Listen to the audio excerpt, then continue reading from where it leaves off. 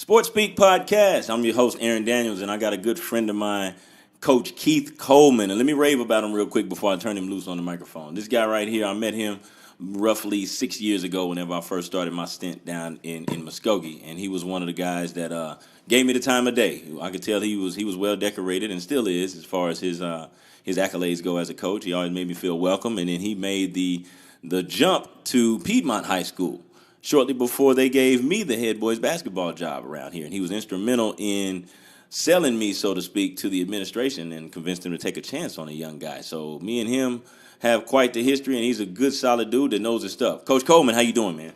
Good, AD, man. Thanks for having me on this. Oh, yeah, not a problem. I got to have some wily vets with some cachet to sit down with me, man. Well, I heard you had the legendary T. Scott Oh, yeah. last week, so I don't know if I can follow up a legend like that, but I'll try my best. We're all falling short, man. But we'll just dive into it. Let the folks know where you're from. Where did it start for Keith Coleman? Well, I'm a Muskogee rougher, born and raised. I graduated from Muskogee in '97 and returned to coach and teach around 2003. It is. Quick turnaround. Now, is coaching always what you wanted to get into, or is it something you just kind of found along the way? To be honest, I knew I wanted to coach when I was about 12 years old. Really? And it was honestly because I had such good Little League coaches that I loved my coaches. I loved what they did, and I just was one of those guys that I knew that's what I wanted to do. I hear you. And I think that's crucial because a lot of times, and we're both competitors, so I kind of know how you're wired on this one, but I'm going to throw it at you anyway. At what level or age would you say, okay, this is not just about having fun anymore? Like, we got to get something out of this and compete? Because I know a lot of coaches at the little league level, so to speak, they only take it so seriously. So for you to take something from those coaches at that age, obviously they must have been, putting some stuff that matters into you, right? Well, I've coached my son's baseball team for the last several years. Mm-hmm. My son also plays Little League football.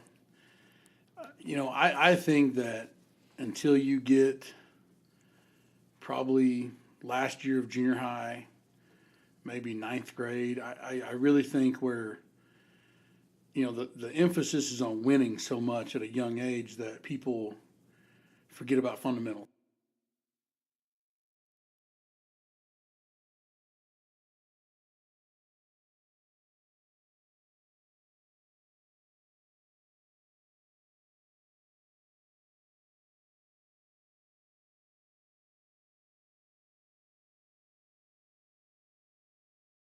In high school softball, we've gotten so many kids over the years that have played softball all their life, and fundamentally they're just not ready. And to me, when it should start being really competitive and about wins and losses, is probably when you're close to about your high school, freshman year or so. Now, have you only coached at the high school level as far as softball goes? Outside of coaching your son in his Little League team, or has it been middle school at one point and then transition? No, how it started was actually an accident. I was a football and baseball player in college, but my honestly my lifelong dream was to be a head football coach in high school. I wanted to be a head high school football coach. Right. My wife, I was coaching football and wrestling at Muskogee. Yes. And I was thinking. It was probably my second or third year there, and my wife got sick.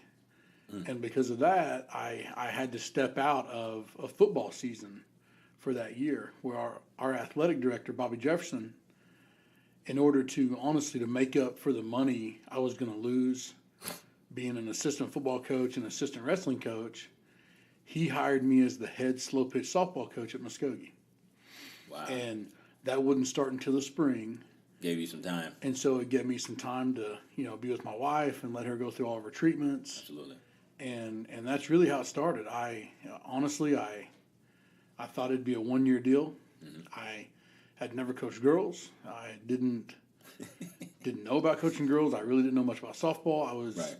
I was really arrogant in the fact that I was a college baseball player, so I'll be fine. Yeah, figured it'd be nothing to make the jump. But I knew nothing, and I learned that quickly.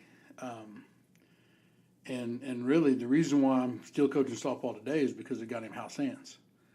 He was an assistant coach at Muskogee. He was a volunteer lay coach for Right. over 20 years at Muskogee. Right. Those are always the good ones, man. Those are the good ones. I mean, it was and is a great guy. Right. And after that first year, I didn't have much fun. I don't think my team had much fun. We weren't very good.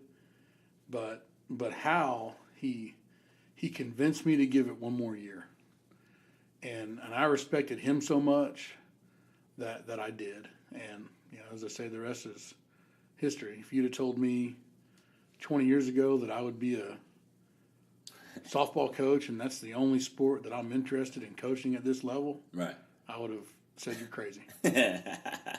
Now, what was it a huge difference, or did you overestimate the difference in between coaching boys versus girls?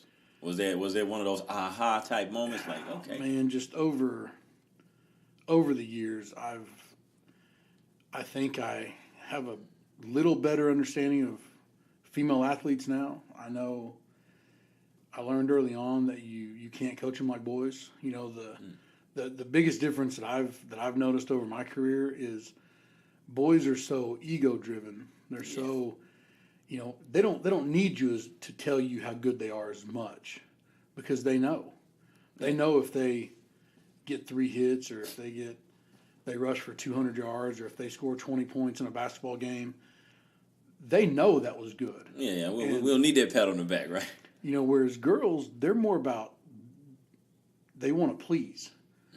Girls really value you telling them how good they are and how proud you are of them. And for me, coaching boys and girls, that's the biggest difference. Most girls, they can't handle the criticism like boys can. Some boys are, you have to really be hard on them to get their best out of them. Right. Girls, it's really the other way around. Like, you need to almost, make them feel like they're better than they are to get the most out of them. So sort of doing the psychological work right there. Well, it's just like with your wife. I don't know anything about that level yet. I know you do. Break it down. It's your wife wants you to notice she got a haircut. Your wife wants to notice that she looks good today. Your wife wants you to notice when she's done the dishes or did something with your kid. I mean, women like the appreciation. It's all about, that's what they value, and that's holds true for 16-year-olds and 40-year-olds. I mean, it's the difference between men and women. You getting better at it, man? Have you got it mastered? I'm far from having it mastered. I can promise you that, but I hope I get better each year. I got you. Now, as far as I guess you can say the assurance or the reassurance part of it that you just broke down, how do you know when, okay, here's the line, and if I go past this line, okay, now I'm blowing a bunch of smoke up their asses, versus here, I'm telling them just enough. I'm loving on them just enough. How do you know when you've gone too far or when you've not gone far enough? You don't. I think it's individual kids. Right. Some kids need that reassurance every day at practice. Mm-hmm. Some kids just need it every once in a while. I mean, Gotcha. Some kids are more sure of themselves. Some kids are less sure of themselves. I have one player in mind right now here at Piedmont that I try to make sure I say something positive to her every day. Mm.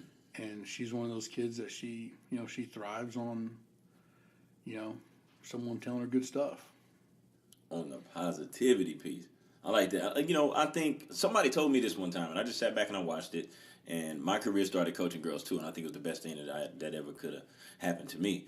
But I think, if it's about getting the most out of them, you should be willing to go through that process of figuring out, okay, what's going to get it out of this kid, versus you're just going to do it my way or the highway and blah, blah, blah, blah, blah. But I'll tell you, as far as the kids go, differences between the demographic of kids that you dealt with in Muskogee during your time there versus the kids that you've encountered here in your 2 seasons at Piedmont. Ethnicity is different here. I mean, a lot more African-American players we coached at Muskogee compared to here at Piedmont. Right. But honestly, as far as the kids go, they're identical. I don't coach them any different here than I did Muskogee. Um, I just believe kids are kids, Right. no matter, what school you're at. Demographics are different. Here at Piedmont, we have more kids that have two-parent homes. We have more kids that you don't have to do as much extra stuff with them as far as giving them rides, making sure they have money for lunch if we're on a trip somewhere, Right. Things like that. But as far as just the kid aspect of them, there's no difference.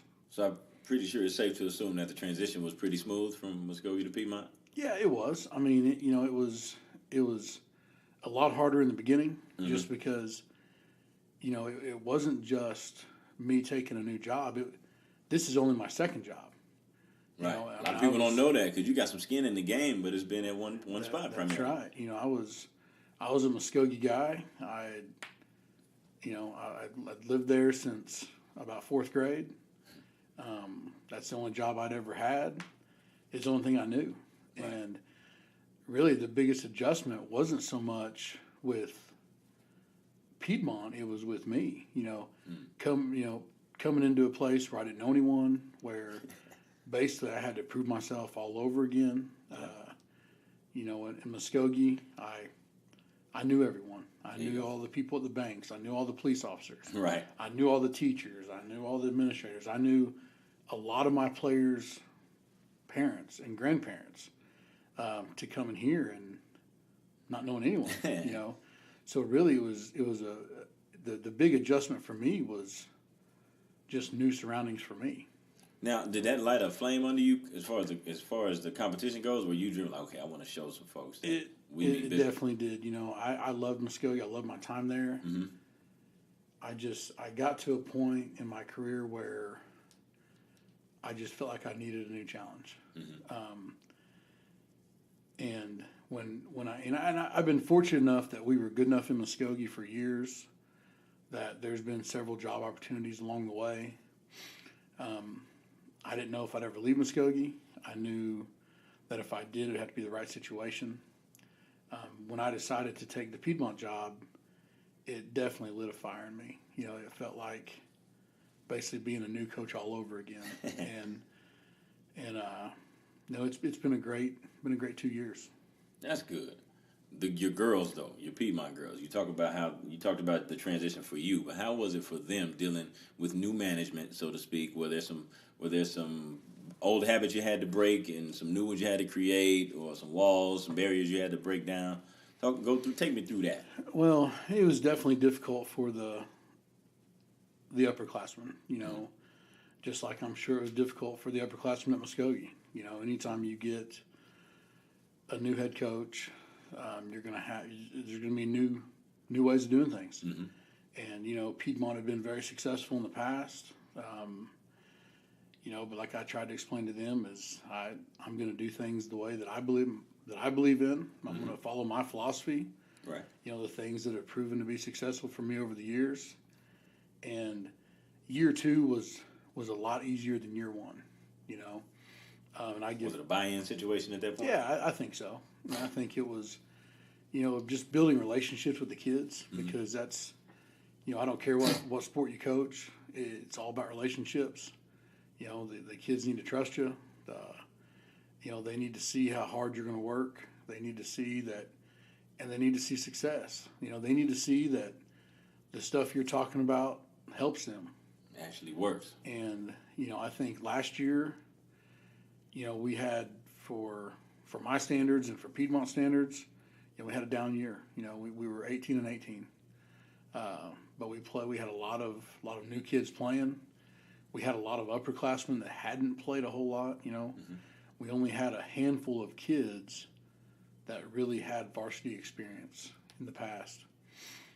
But we knew that what we were doing was setting ourselves up for the future, and we knew that we felt like we were doing it the right way. And obviously in year two we win 30 games, win a district title, and go to the state championship game. Yeah, man. I got to be around through that ride this year. It was exciting, man. And I learned a lot about the sport because I'm no guru when it comes to anything outside of basketball. And I'm probably not even a guru at that. But just learning more about the sport and just seeing the camaraderie from program to program and the support out there was lovely. So now that it's all done and you're able to decompress a little bit emotionally, what happens as y'all go through the winter? Is this off-season time? What does an off-season look like in softball? Well, for us here, since we don't play slow pitch, our off season is a little different than it was all the years I was at Muskogee. Basically, the number one thing in our off season is weights. I believe that especially females, weight training makes such a difference for them athletically. It allows them to do things that they couldn't do before. Right. And we had several kids experience that from last off season. A lot of our kids that were physically just better than they were a year ago, and the kids that'll get to go through our off season 2 or 3 times, you'll really see a difference over the years in what they can do physically. Our off season, it actually starts next Monday, and it runs. We have 4 different phases. Phase 1 is basically just strength and conditioning. Oh yeah. That last word everybody hates. Phase 2 is just a higher modification of phase 1. And then we get to phase 3, we start incorporating softball. We start actually working on breaking down our offensive swings, working on defensive fundamentals, and then we're still lifting. And then in phase 4, that's pretty much our preseason phase. Right. We do that at the end of the spring, right before we start our summer season. And that's when we start cutting back on the weights and start a lot more focusing on the softball. What's the most enjoyable time to you? Is it when you're in season or when it's the preseason? You're building up, getting ready for it. To me, the most enjoyable time is postseason. Postseason. It's that's when it really matters. I like it all. I mean, all of it ties into one another. All of it's important. I believe off season is the most important time because I think that's when kids, as a group, players start taking leadership roles. You start seeing which kids work hard, which kids don't work as hard. You start seeing the kids you can trust compared to the kids that, need to work in that area. Oh yeah. But everything we do is with the end in mind. And, I've done this for so long that it's a great ride along the way, but it's all built for the end of the year. There you go. I think I remember watching you during the off season. This time a year ago, it was right after Coach Hughes came to basketball. Was that the first time that you had your own program, just you by yourself having to one man it? That's the first time. Did that help in the building relationships piece? It definitely did. Okay.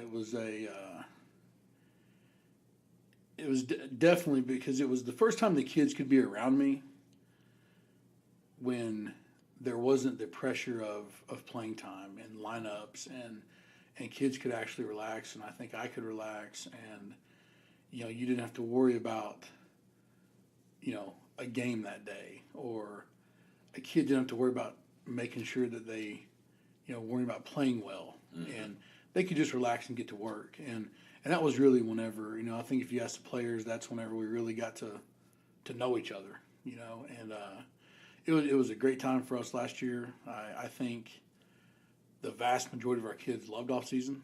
I think I think especially girls, when they start in a regular weight routine, their bodies start changing a little bit, and they like it. Start to see some of it now. They want more. They like getting toned up. They like feeling stronger. They like the gains they make so quickly, and when they start enjoying that stuff, well, then their work output gets so much better, and you can see it from week 1 of off season until phase 3. I mean, the transformation in some of those kids is just unreal. Going through it, did it get easier to get it out of them, or did you have to do less for them to put out more? Well, it was. I mean, it eventually turns into a grind because at first the novelty of something they hadn't really done in the past, something that a lot of them have never done. Right. You know, and then when you get around phase 3, it's a long process. You know, with us not playing slow pitch, our off-season program is longer than I've done in the past. Right. And it does turn into a grind, you know, where you're doing the same things a lot. Mm-hmm. And so we try to mix in competition days. We try to mix in some off days here and there just to, you know, kind of change up the pace and change the routine a little bit. The Piedmont kids last year, it was a great off season. You know, I think Coach Hughes, when he got back from basketball, you know, I'd been telling him how good our off season program had been going, and I don't know if he believed me. Right. You know, when he got back in, he said, "Man, these kids hook up. You know, yes. And you tried to tell they get after it." And I said, I told you. I mean, these kids work hard. You know, and they're great kids. Oh, that makes everything a little easier. They love them. But I can tell you, in my experiences with basketball, that's kind of been the gift and the curse. You know, they're such great kids. You know what I mean? And we want them to go up a notch every now and again. Now, you also are coaching club now, right? How did that happen? Did that fall in your lap, or you went hunting for that? No, it fell in my lap last year, around February or so. I got a phone call from one of my players' dads who was an assistant coach on a Oklahoma A's team, 16 under. Mm-hmm. Their coach was taking another job out of state, moving, and I guess they were searching for a coach. And I don't think they thought I'd be interested in it. Mm-hmm. And when they called me, you know, to be honest with you, I was so used to coaching slow pitch in the spring that, man, I just felt like I needed to be doing something. I mean, I honestly, because I'd never had a spring off in my life. I honestly had applied for a couple jobs, like at Hall of Fame. Mm-hmm. I talked to a guy about a job with the National Scouting Report, which is a high school softball recruiting agency. You know, I wanted to do something around softball in the spring to basically give me something to do. Yeah, and keep you connected at the same time. Until summer season. Right. And so it was a great opportunity for me. We had 3 Piedmont kids that were already on the roster. Mm-hmm. And so I thought, you know, it'd be a great opportunity to work with those kids and plus get me more connected on the west side of Oklahoma softball. Mm-hmm. You know, I thought it would only be a plus for our softball program here to give me more college connections, give me more, you know, west side Oklahoma connections, and it was great. I loved it. You know, I loved coaching club softball. I never had really thought about it before, you know. And then we rolled into year 2, and that the A's organization gave me the opportunity to take a new team, the Futures team, and basically with a new roster and all that good stuff. And now, you know, fortunately for us, we had a lot of our Piedmont kids that wanted to be a part of that. Heck yeah. So now, you know, I have 8 Piedmont kids out of 12 on our club team. No, that's a can't lose situation right there, man. It's best case scenario for me, you know. Is there any difference between coaching club softball versus coaching high school team? Is it you can use the same approach, same philosophy? Is it more competitive, less? I do everything the same. Gotcha. You know, the only difference is in high school, you obviously have 28, 35 kids, mm-hmm. whereas in your club team, you're going to have between 11 and 13 players. And on the club team, it is more about individual showcase. Mm-hmm. It's to put them in front of the right people so they can display their talents, their strengths. And for us, we you know, I make sure that in the course of a tournament that all the kids play, all the kids get to, you know, participate in games. Where in high school it's not so much that way. It's that the winning part of it is so much more. I mean, it's prevalent. It takes over. Well, your job depends on it. Yeah, no question. But the good thing about club is all your kids can play at a high level. Mm-hmm. So you can have a set rotation where, you know, you have 12 players. These 3 kids set this game.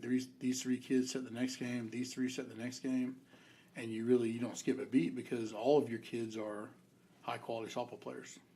Do you burn out at all, Coach? Not yet. Not yet. Not Still yet. rolling strong. I love it.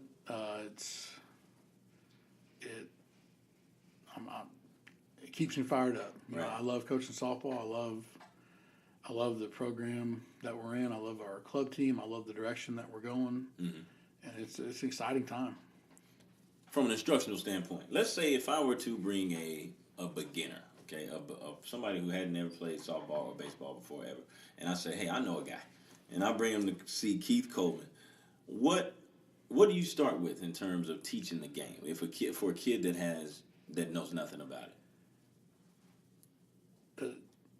Depending on the age, Right. I mean, if we're talking, Let's say you get a middle school kid. middle school kid, they've got to be able to throw and catch, and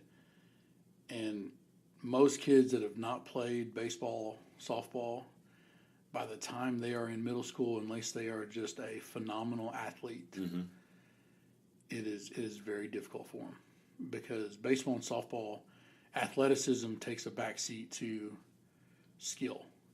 Those are skill sports. Right. And, what we see is obviously everyone gravitates towards great athletes. Right.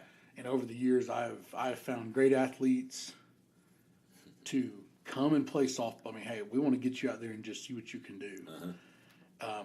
But the eye-hand coordination in baseball and softball is so different than any other sport. And kids that don't have that skill, because it takes so many hours and so many years to perfect that, to be able to play at this level, that it's usually really hard.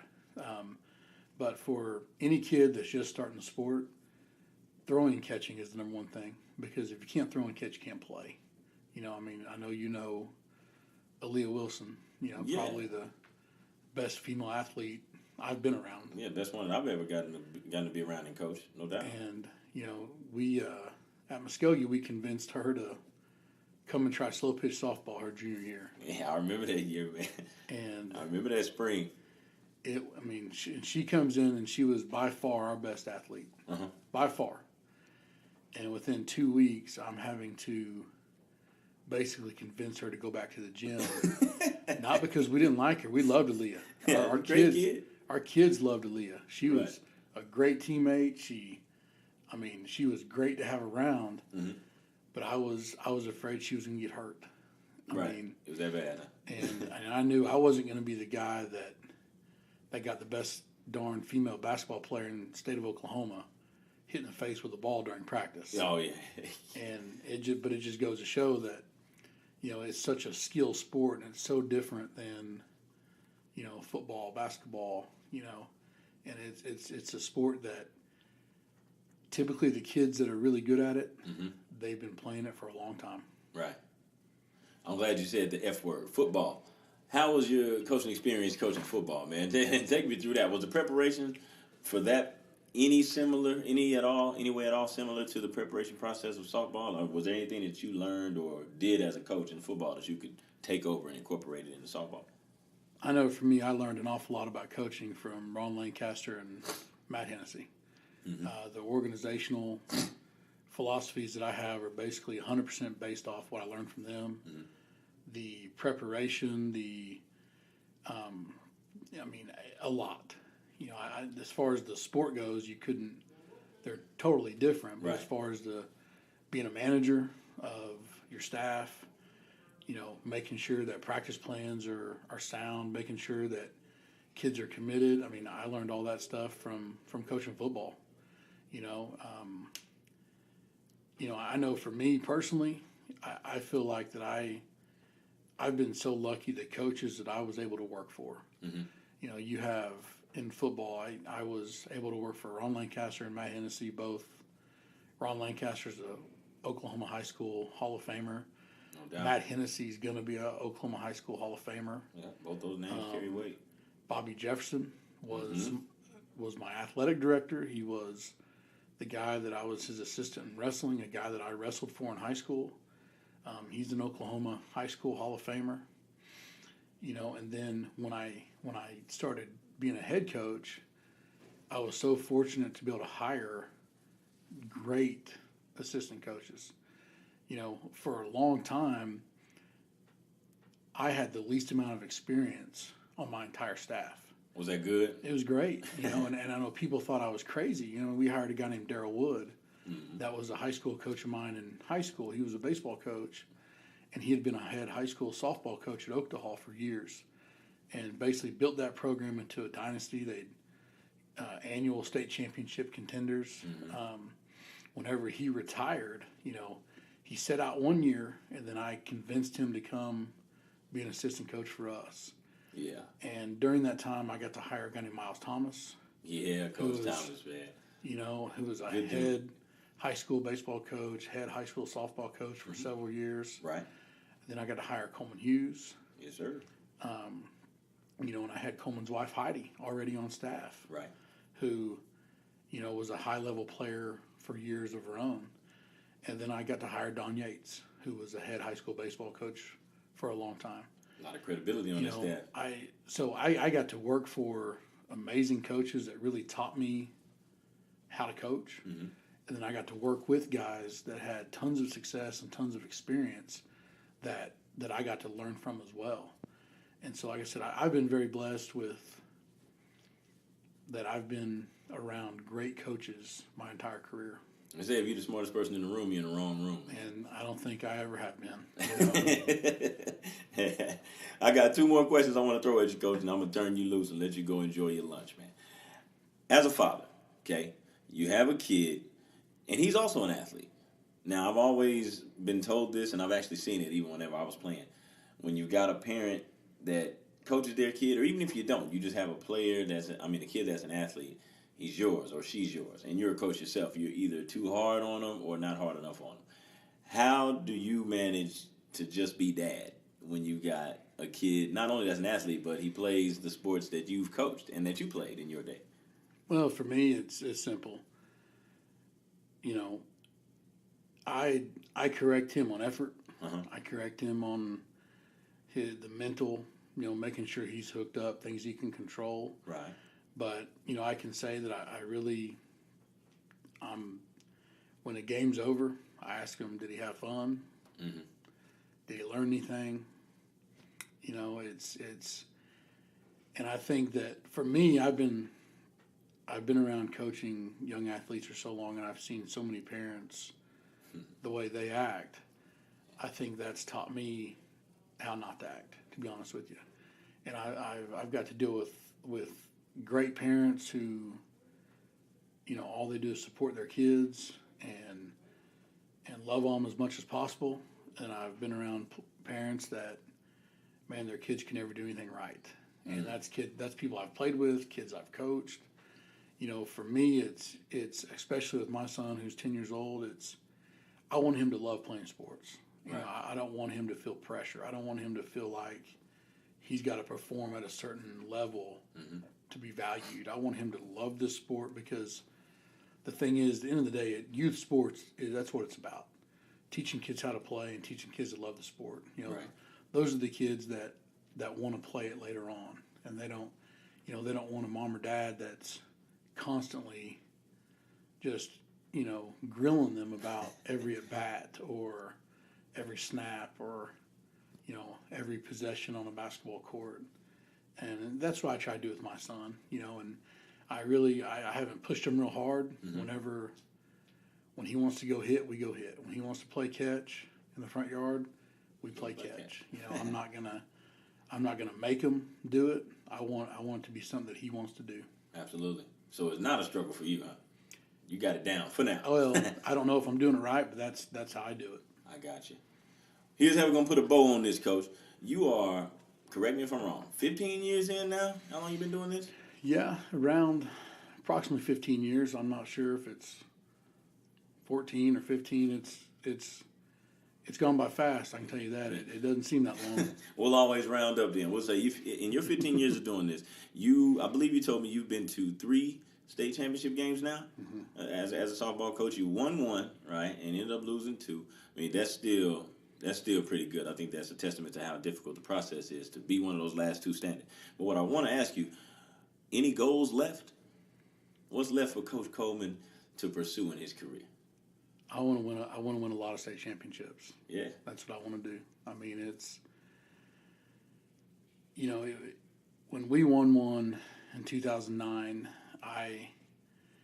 it was a team that we knew was really good, but honestly, winning a state championship was probably not something we really thought of. Right. We knew that we were good and we knew we could compete at a high level, but it really wasn't something we really honestly thought of. And then after we won one, no matter how good a season you have, that's the measuring stick. that's the measuring stick. And it's almost, it's one of those deals where, like this year, we win 30 games, go to the state championship game. My last year at Muskogee, we won 34 games, go to the state championship game. And they're phenomenal seasons. Mm-hmm. They are. They're phenomenal seasons. But we didn't win the last game. And it's once you taste that, once you see how special that is, that's all you want. And it's not that we don't love the process along the way, and you can obviously look back and understand how special a year like this year was. Yeah. It has to be in hindsight though, huh? But I just want our kids, I wanted that last group at Muskogee. I want our kids here in Piedmont. I want them to experience how fun it is to have the ring person come to your school and you get to pick out your rings. I want them to understand how fun it is to go to the state capitol and be introduced as the state champions. I saw that photograph in the paper. It's just amazing. I want them to understand how fun it is for that whole year. You're not just a state champion that day. You're the state champion for the next 365 days. Mm-hmm. And, it's for those, it's not, I want the kids to experience that because I saw how fun it was for those kids and I know how fun it was for me. Mm-hmm. You wouldn't mind experiencing it again for yourself either, would you? Of course, but it's just, I want our kids to experience that feeling. Right. Because you have no clue how great that feeling is until you're part of it. Mm-hmm. And, that's what drives me. That's what gets me fired up every day at practice. That's what gets me, where off season is so important because I know how important it is for the next season. But I want to win state championships. Well, you heard it first from words from a wise man right there, one of the coaching legends here in the state of Oklahoma, Keith Coleman. I appreciate it, my man. Thanks, AD. I appreciate you. Oh, yeah. All right, folks. We'll see you next week on Sports Speak. Later.